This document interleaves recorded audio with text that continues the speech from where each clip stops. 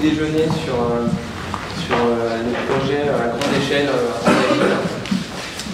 Je suis ravi de vous recevoir et on va passer ce petit déjeuner à parler d'agilité à grande échelle sur la base d'un retour d'expérience qu'on a fait, pour lequel on a eu l'occasion de travailler avec la société Strator, représentée aujourd'hui par Philippe Chevalier, directeur technique de Strator, Romuald Simon, team leader, on en parlera tout à l'heure, c'est un rôle important.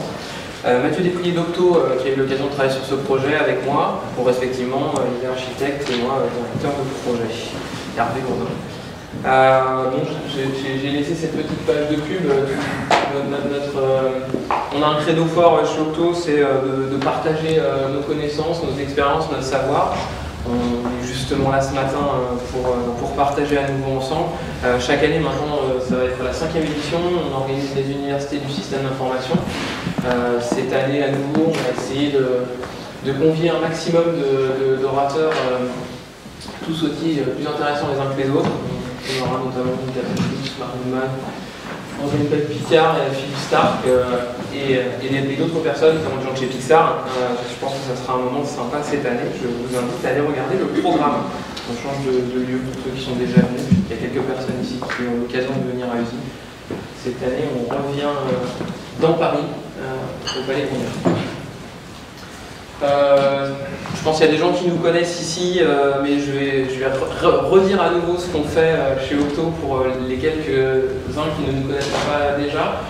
Octo, société qui a 13 ans, notre cœur de métier c'est vraiment de faire du conseil en architecture de systèmes d'information et puis du conseil aussi en management de SI progressivement. On a étendu notre périmètre d'intervention, pas uniquement technique et technologique, mais aussi sur les aspects organisationnels et méthodologiques qui est ce qui nous concerne aujourd'hui. La méthodologie agile notamment, c'est quelque chose qu'on défend depuis plusieurs années, depuis plus de 6 ans maintenant. On accompagne nos clients dans la mise en œuvre de ces méthodes-là, dans leurs projets et dans leur entreprise. Et c'est bien ce dont il sera question aujourd'hui. On va passer 1h30 ensemble à discuter, à vous présenter un retour d'expérience autour d'un gros projet. Donc on va vous décrire le contexte sous peu. Assez volontairement, on a préféré avancer un peu le créneau pour les questions-réponses. On a vraiment envie de partager ça avec vous et de répondre à toutes les questions que vous pourriez avoir. Donc on va jusqu'à 10h30 et on aura jusqu'à une demi-heure, si on le souhaite, pour répondre aux questions diverses.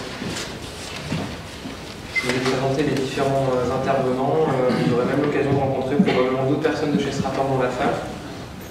Pendant les questions-réponses, ça pourrait être aussi intéressant d'avoir leur avis.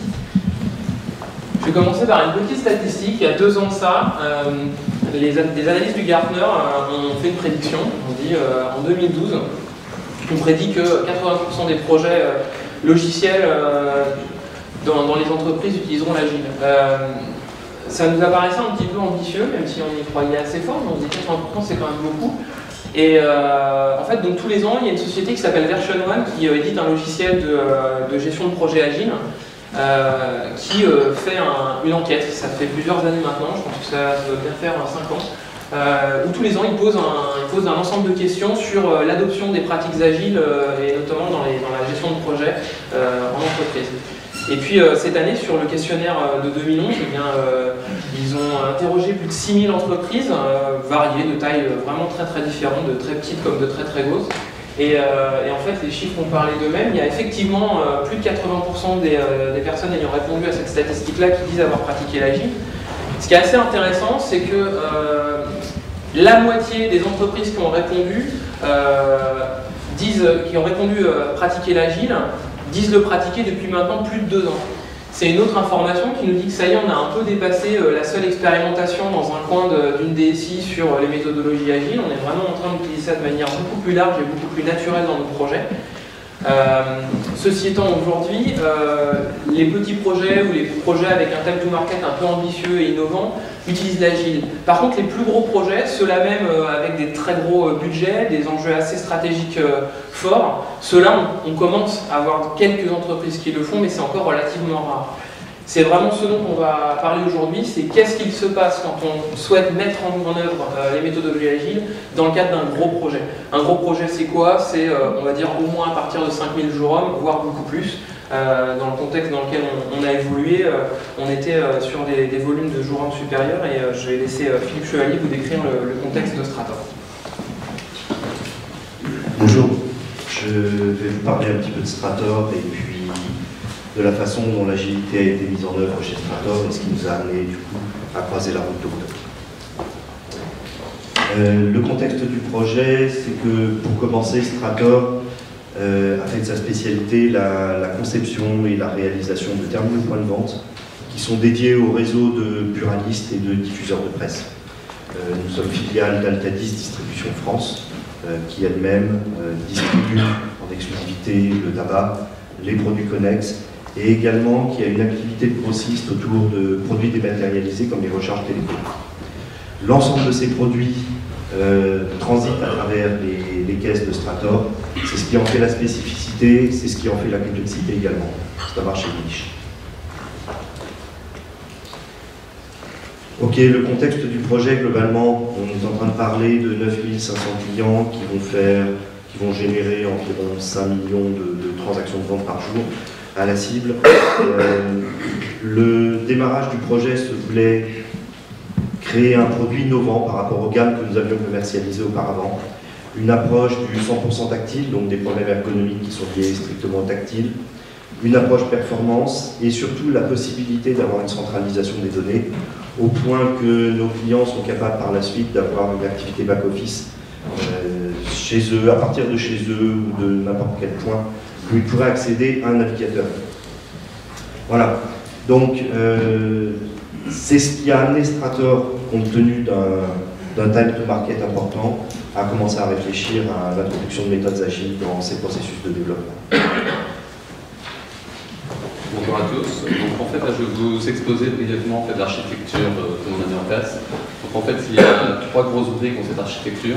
La première, le terminal point de vente qui est installé donc, chez les buralistes, que vous pouvez voir installé sur la petite table qui est ici. Donc en fait, c'est notre front office qui a été développé en .NET. La deuxième brique qui est le back office, donc qui est en fait une application web développée en Java. C'est vraiment l'application de gestion du magasin que le gérant utilise au quotidien pour gérer son magasin. Donc cette application est hébergée sur un serveur chez Strator. Et il y a une troisième brique assez importante dans notre organisation qui est en fait le middleware qu'on a appelé ici sur le diagramme de middle office. Donc en fait c'est lui qui établit toutes les communications entre le terminal du magasin et le serveur. Il permet également d'établir les communications avec des serveurs tiers qui sont notamment Altadis pour la gestion du tabac et Prestadis et MLP pour la gestion de la place. Voilà, donc cette couche middle office est développée en Java. Donc je vais laisser la main à Philippe. Ok. De nouveau, c'est ce contexte projet qui nous a amené à opter pour la méthode Agile Scrum. On ne va pas faire un cours ici hein, sur les méthodos agiles et ce qu'on en attend. Globalement, chez Strator, on avait besoin de revenir à rapidement montrer la valeur ajoutée que pouvait apporter le projet, réduire les risques et surtout augmenter la visibilité que le marketing et nos donneurs d'ordre pouvaient avoir. On venait d'une situation auparavant où la visibilité était assez réduite sur l'ensemble des projets en V que nous avons conduits. Ok, l'agilité, c'est la visibilité, on l'a dit. L'adaptabilité, vous verrez qu'au cours du projet, on a évolué, on a fait varier nos habitudes, on a fait varier nos rythmes. Amener de la valeur rapidement au métier, c'est clé. Ça permet encore une fois de renforcer la visibilité et bien entendu la réduction des risques. Après 6 mois de mise en œuvre de ces méthodos tels qu'on les pratiquait chez Strator, on s'est rendu compte que sur cette équipe, on avait une consommation en gestion de projet qui était juste monstrueuse. Le ticket d'entrée pour rentrer dans les sprints était très important. Le ticket de sortie, j'en parle pas. Et on avait des recettes qui étaient franchement douloureuses. Et surtout, on commence à avoir beaucoup de pression parce qu'on a consommé déjà 6 mois. Donc il nous reste 6 mois pour être présent sur le marché, c'est-à-dire pour afficher la première version montrable de notre produit à la grande messe des buralistes qui s'appelle Losange Expo. Voilà. Donc en gros, dans le contexte, des sorties de produits difficiles, 6 mois déjà consommés et il ne reste plus que 6 mois. C'est dans ce contexte là qu'on a fait appel à Octo. On a fait appel à Octo au départ pour nous aider sur la partie technique, vraiment pour nous aider à affirmer les points techniques qui étaient les plus douloureux pour nous. Et puis il se trouve que sous la conduite de projet d'Hervé, rapidement on est passé à un coaching méthodo qui nous a fait le plus grand bien. Merci. Alors, on va rentrer dans le vif du sujet. Juste avant, je voulais poser quelques hypothèses. Alors, la première hypothèse qu'on va poser, c'est que les méthodes agiles ne vous sont pas inconnues. Ne vous sont pas inconnues, évidemment. On ne va pas réexpliquer les fondamentaux, définir toutes les pratiques. Donc, vous savez ce que veut dire user story, story point, TDD, intégration continue, rétrospective. Donc, je vais dire ces gros mots et je ne vais pas les réexpliquer. Si malheureusement certains d'entre vous ne connaissent pas ces mots-là, n'hésitez pas à venir nous voir à la fin de la session, on en parlera sans aucun souci. La dernière chose que je vais considérer comme étant acquis, c'est que vous connaissez Scrum. Voilà. Le processus méthodologique Scrum qui permet d'organiser votre projet selon les grands principes de l'agile. Pourquoi ça? Parce qu'en fait aujourd'hui on va se concentrer sur un certain nombre de choses, mais essentiellement sur ce qui se passe quand on part à large échelle. En fait, l'objectif de cette présentation, elle va être vraiment de se concentrer sur ce qu'on a observé qui changeait, ou ce qu'il fallait faire autrement, comment il fallait s'adapter pour passer sur un projet d'une grosse taille. Donc un projet d'une grosse taille, Philippe l'a dit en décrivant le contexte, pour vous donner 2-3 informations, on est sur un projet de bien plus que 5000 jours hommes, on est sur un projet qui a commencé à environ 7 équipes, qui est monté en pointe à 9, dans un contexte distribué. Ça veut dire beaucoup d'équipes Scrum, ça veut dire un certain nombre de choses à coordonner, ça veut dire un certain nombre de pratiques qui changent. Pour ça, on va utiliser un prisme entre guillemets d'analyse. On va vous raconter un peu l'histoire de ce projet, c'est vraiment d'être ancré dans la vraie vie, la vraie histoire, et prendre du recul sur les choses que nous avons constatées, comment on s'est adapté et les pratiques qu'on en a déduites. La présentation va l'axer autour de 5 grands sujets. Vous verrez qu'on a un petit biais que je préfère vous confier d'ores et déjà. On a une conviction, j'ai une conviction, c'est que pour passer à l'échelle l'agilité, il faut essayer de s'inspirer des pratiques issues du Lean, du Lean Management notamment, et que c'est comme ça qu'on va réussir à avancer à large échelle. Le Lean, c'est 2 grands piliers, une école de pensée autour du flux, une école de pensée autour de l'amélioration continue, du Kaizen, et c'est vraiment ce qu'on va retrouver au fil de notre présentation. Le premier élément donc, va consister à vous raconter comment on a formalisé ou reformalisé le flux pour le créer, tant dans sa structure que dans son rythme. On vous parlera de qualité et des impacts que peut avoir la qualité à grande échelle dans notre code, dans la production de notre logiciel. Ensuite, on verra comment on s'adapte et quelles adaptations on a été obligé de fournir autour du flux, une fois qu'il a été mis en œuvre. On parlera de pilotage, parce que parler de projet sans pilotage, ça serait pas une bonne chose, ça ne serait pas se raconter la vérité. Et enfin, on axera ce retour d'expérience sur l'amélioration, plus particulièrement l'amélioration continue. Créer le flux. C'est la première chose essentielle qu'il faut faire si vous voulez que l'ensemble des équipes connaissent, partagent un processus méthodologique et produisent ce logiciel de manière continue. Alors créer le flux, ça c'est passé pour nous par 3 étapes. La première a été vraiment de travailler sur sa constitution, sa matérialisation physique, on va en parler. Ensuite de travailler sur un certain nombre de rituels qui n'existaient pas dans le contexte classique de Scrum qu'on a appris ou qu'on a fait évoluer. Et enfin, on parlera de rythme. Pour être plus particulier, on va parler de taille d'itération, qui est un sujet très important quand vous avez autant de personnes à coordonner dans un projet. Matérialiser le flux. Ça, c'est ce que nous propose Scrum par défaut. Alors, dans certains cas, on ajoute une 4e colonne de vérification, mais concrètement, le processus Scrum a cette puissance qu'il est simple et peut avoir ce défaut parfois d'être simpliste. Il va vous définir du coup une colonne user story à faire, user story en cours, user story terminée. Ça marche très bien sur une petite équipe dont la taille classique est connue pour être entre 7, plus ou moins 2 personnes. Ça marche bien, on a une bonne visibilité de ce qu'il y a à faire comme travail, comme fonctionnalité à développer. Malheureusement, quand on a entre 7 et 9 équipes, ça marche plus. Ça peut marcher à l'intérieur de chacune des équipes, mais pas à l'échelle de tout le projet. En fait, c'est une vision trop étriquée du processus de création de valeur. Et un des premiers problèmes que nous avions quand on a travaillé ensemble, c'est qu'on avait du mal, entre les équipes, à partager ce qu'il y avait à faire, quelles étaient les user stories qui allaient arriver dans notre itération, connaître celle aussi qui allait être réalisée par les autres équipes. Bref, le flux n'était pas assez précis, on ne pouvait pas voir l'ensemble des choses à faire, tant au niveau amont que aval de la phase de développement. En fait, Scrum décrit essentiellement un processus centré sur le dev et ne va pas beaucoup vous raconter ce qui se passe avant ou va beaucoup vous raconter ce qui se passe après. Encore une fois, ce n'est pas un problème sur une petite équipe puisque le point le plus important, c'est la communication. À large échelle, la communication est tout aussi importante, mais a besoin notamment de formaliser un flux beaucoup plus détaillé. Et c'est passé chez Strator notamment, la première chose qu'on a fait, on s'est tous mis autour d'une table, on a dit, ok, quelles sont les étapes qu'on traverse avant de se mettre devant son clavier pour programmer, et qu'est-ce qui se passe une fois qu'on a programmé notre fonctionnalité. Et ça, on l'a décrit du début de la naissance de l'idée par le product owner jusqu'à sa mise en prod. Ce que vous voyez là, c'est une photo du vrai taskboard central qu'il y a sur le site de Créteil. Et en fait, pour la petite anecdote, je ne sais pas si c'est visible pour tout le monde, mais la dernière colonne en haut à droite, c'est la plus importante, hein, c'est la prod.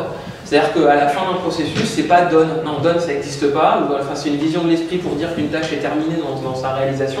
Mais la vraie dernière étape, c'est la mise en prod. Il faut la regarder dès le début parce qu'elle a beaucoup d'impact sur le flux qu'on va avancer. Donc autour de ce flux, on a vraiment décrit tout. Vous pouvez voir juste avant, il y a une phase de bêta, effectivement, qui rassemblait nos utilisateurs pilotes, la qualif. Là, on voit moins bien écrit, mais il y a un environnement de recette. Puis on va retrouver les phases plus classiques de développement, mais jusqu'à la spécification. Donc très important, formaliser ce flux, le décrire, l'afficher à tout le monde, de manière à ce qu'aucune personne dans le projet ne puisse l'ignorer. Donc ça a le mérite d'être simple, et ça a le mérite d'être visible de tous. Ça, c'est la version physique. Quand on fait un projet à large échelle, même si je suis très attaché au papier, et le management visuel est vraiment quelque chose que je recommande à tous de mettre en place, quand on est distribué sur plusieurs pays, on ne peut pas éviter le taskboard électronique. Il a d'autres vertus, il permet d'avoir de la donnée et de calculer pas mal de choses dessus. Donc on a mis en œuvre un taskboard électronique qui reflète exactement le même processus. On peut voir les mêmes grandes étapes, donc ce backlog, et puis là on verra de la spécification, du développement, du test, de la recette, de la qualité, de la prod. Donc ce taskboard là décrit toutes les étapes. On ne s'est vraiment pas cantonné à des micro-étapes distribuées sur chacune des équipes. Non, chacune des équipes avait une visibilité complète sur le flux. Et ça, c'est primordial. La deuxième chose à faire, c'est donner aussi une vue détaillée de l'ensemble des choses à réaliser. C'est-à-dire qu'un des grands dangers quand on est en équipe multiple, en Scrum multiple et qu'on est distribué, c'est qu'une équipe ne voit qu'une petite partie du logiciel et n'est plus du tout la moindre idée de ce qui se passe dans les autres entités du projet. Et ça c'est important parce que non seulement c'est pas agréable de travailler sur un projet dont on n'a pas la moindre idée de ce que fait le voisin, mais en plus ça a un autre effet, c'est que si on ne connaît pas l'ensemble des fonctionnalités qu'on va développer, on finit par pas imaginer quels peuvent être les impacts de son propre développement sur les fonctionnalités voisines. Encore une fois, on fait un seul logiciel et il faut que tout le monde soit rassemblé autour de cette visibilité, de cette vision commune. Alors on a mis en place une story map. Story map, c'est quoi? C'est une vision assez on va dire macroscopique du backlog et qui permet de montrer à tout le monde, donc notamment en haut de cette story map, en fait vous décrivez l'ensemble des grandes fonctionnalités métiers qu'un utilisateur va traverser dans le logiciel. Ça vous permet de segmenter assez nettement les grands socles fonctionnels du logiciel. Là en fait on ne peut pas lire, mais je vais vous raconter. En fait, au tout début de cette partie de la story map, il y a plutôt des enjeux liés à la vente de produits, à une transaction de vente sur un terminal de vente. Et puis plus on va avancer dans le processus, on va avoir du paiement, de la facturation, et on va basculer dans le monde du back-office, donc de la gestion de stock, d'approvisionnement, de fournisseurs, etc. Bref, ça décrit vraiment l'ensemble du processus métier. Et puis en dessous, on a l'ensemble des fonctionnalités qui, quand elles sont au plus haut, sont très prioritaires, et quand elles sont au plus bas, un peu moins.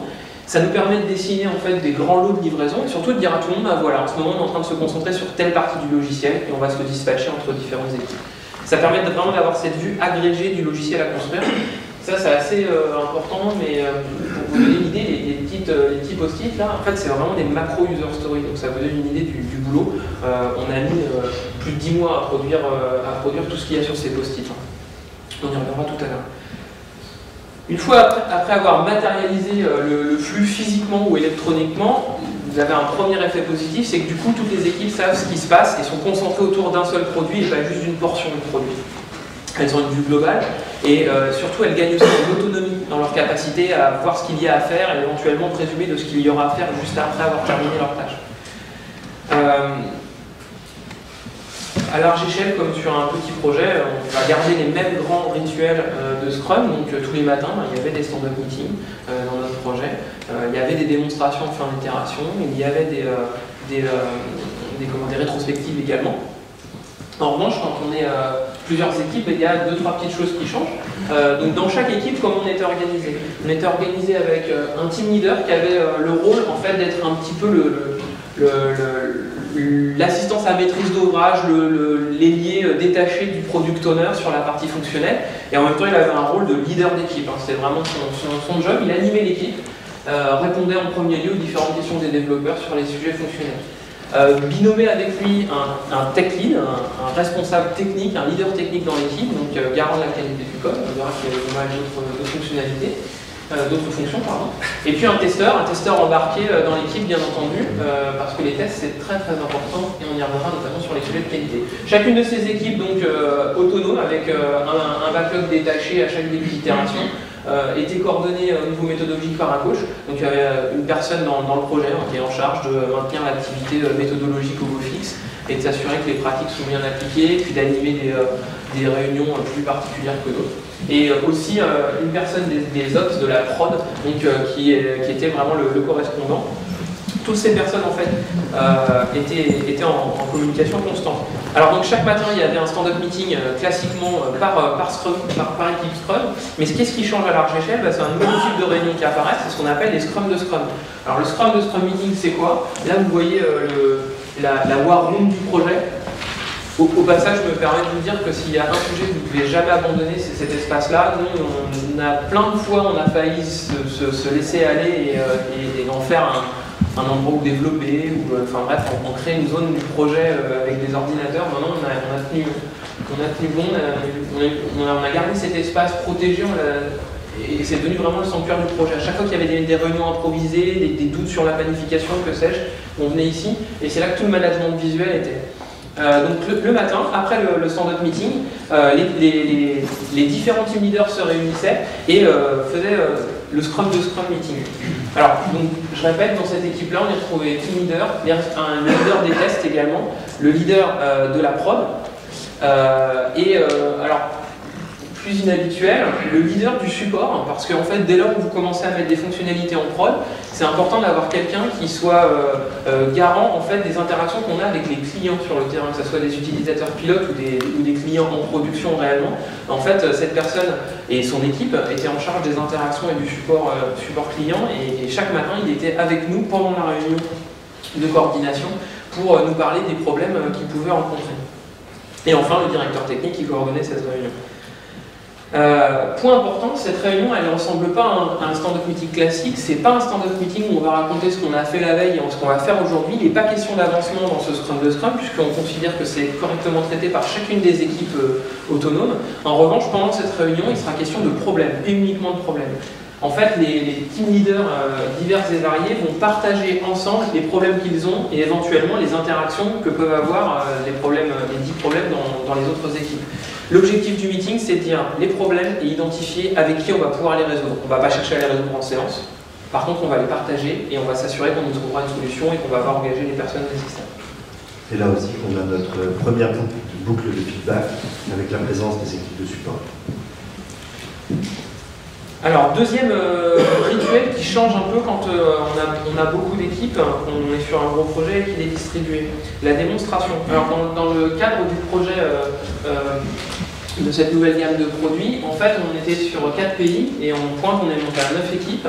On avait 3 équipes en France, 3 en Moldavie, une en Roumanie et 2 au Vietnam. La démonstration, parfois on peut avoir tendance à penser que c'est un organe de validation. Je préfère le rappeler, c'est pas fait pour valider les choses, c'est fait pour les partager. Et à large échelle, en tout cas, ça ne pourra jamais être un organe de validation sous peine de rendre quelque chose impossible à maîtriser. Enfin, on ne peut pas faire de la validation sur un flux de user story produit par 9 équipes en parallèle, c'est pas possible. Ou alors vous allez faire une démonstration qui va durer 2 jours, mais c'est pas jouable. L'objectif premier de la démonstration, c'est réellement le partage, c'est-à-dire de s'assurer que toutes les équipes aient de la visibilité sur ce que chacune produit pour être éveillée au logiciel qu'on fait, encore une fois. Et ça, c'est quelque chose qu'on répétera souvent. C'était important pour nous de faire en sorte que les équipes ressentent qu'elles faisaient partie du même projet, qu'elles produisaient un seul et même logiciel, et de connaître les fonctionnalités que les petits voisins pouvaient développer. Donc on a pris la décision de faire une démonstration multisite synchronisée.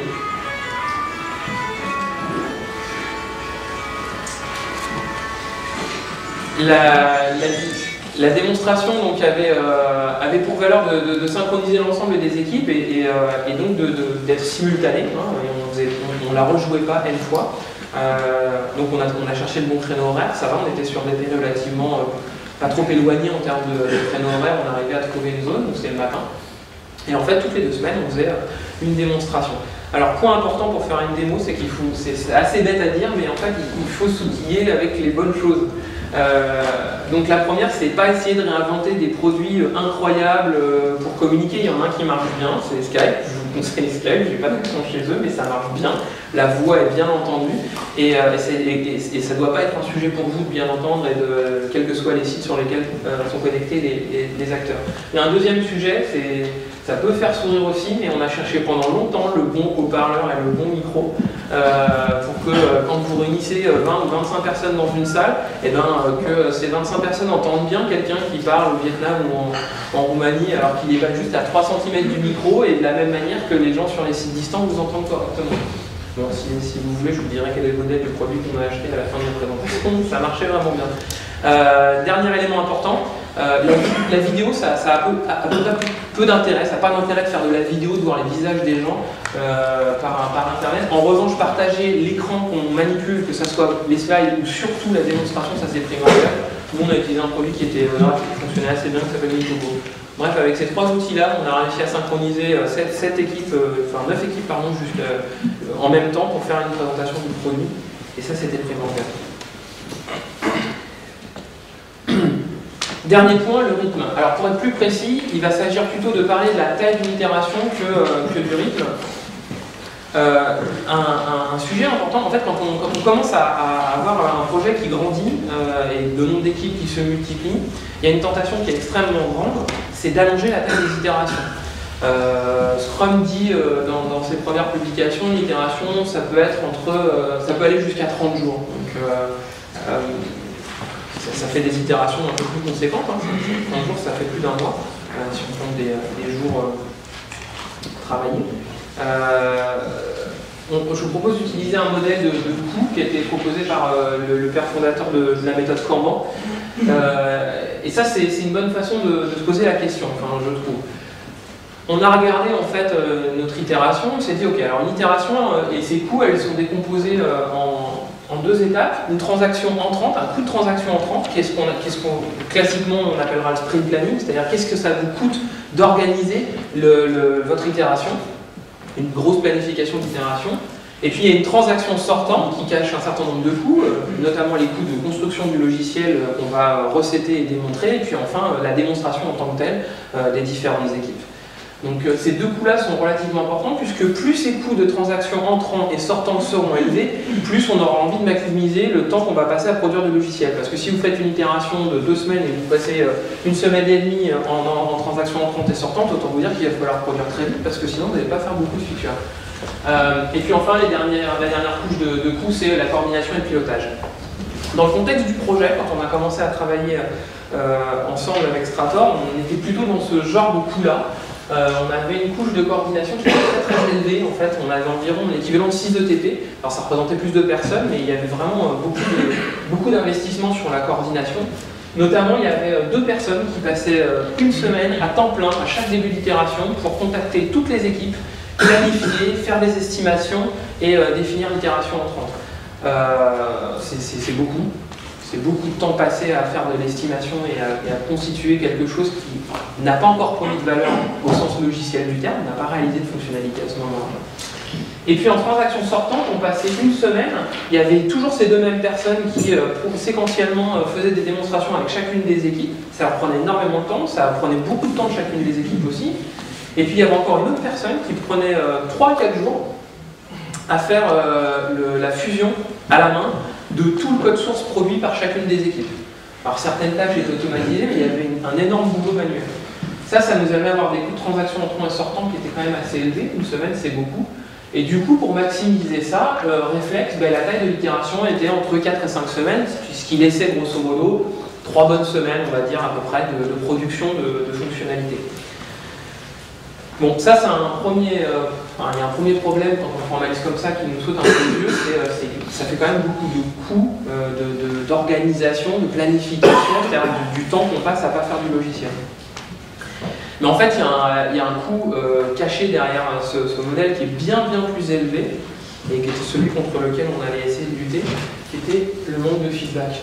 En fait, quand vous partez sur une itération de 4 à 5 semaines, ce que ça veut dire, c'est que vous allez attendre 5 semaines avant de voir le résultat de ce que vous avez planifié. Et si pendant la dernière démonstration vous vous êtes dit tiens, cette fonctionnalité je ne l'aurais pas fait comme ça finalement, maintenant que je la vois, ça me donne une idée, je préfère changer, et bien vous repartez pour 5 semaines et il n'y a plus qu'à croiser les doigts que ça sera la bonne façon de l'avoir fait, parce que sinon il faudra encore rejouer. Et ça coûte très cher. Dans le modèle que je vous présente, ça porte un nom, c'est ce qu'on appelle le failure load. Le failure load, c'est quoi? C'est tout ce temps que vous passez à ne pas faire bien la première fois. Si je résume.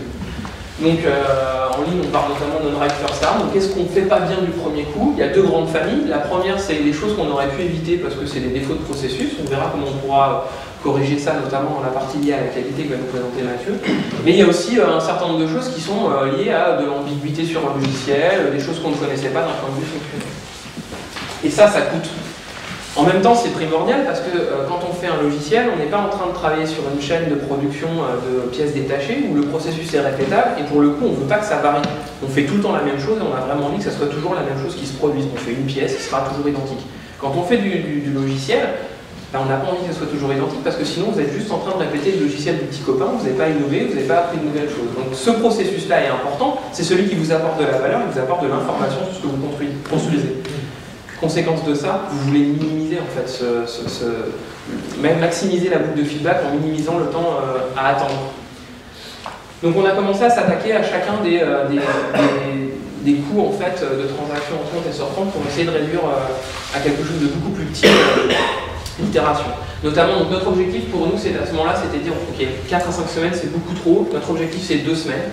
2 semaines, ça nous apparaît raisonnable, ça nous laisse du temps pour produire du logiciel. Et en même temps, on peut attendre 2 semaines avant de voir une démo, c'est encore raisonnable. C'est un bon équilibre. On a commencé par réduire donc, les coûts de transaction entrants. En fait, on n'a pas eu beaucoup à forcer pour faire ça. On a juste eu à mettre en place ce que je vous ai raconté juste avant. C'est-à-dire que quand vous décrivez le flux de manière relativement univoque, que tout le monde le connaît, que vous resynchronisez les rituels. Parce que, je vous l'avais dit, dans les coûts de transaction entrants et sortants, en fait, il y avait des personnes au niveau de la gestion de projet qui passaient leur temps à synchroniser les équipes, mais du coup, ils les rencontraient une par une. Alors, virtuellement, par chat ou parfois physiquement.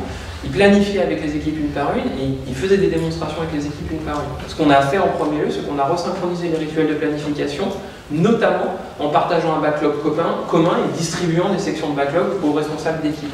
Et en fait, ne serait-ce qu'en resynchronisant ces événements, partageant de manière complètement ouverte le backlog, on a diminué l'exercice de planification à une journée.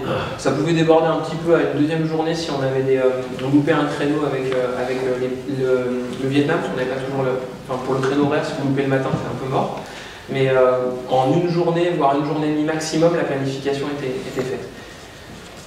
Ce qui nous a permis de se focaliser un peu plus sur les autres sujets, notamment le failure load et les transactions sortantes. Et notamment, pour faire ça, on s'est attaqué à un sujet important, la qualité.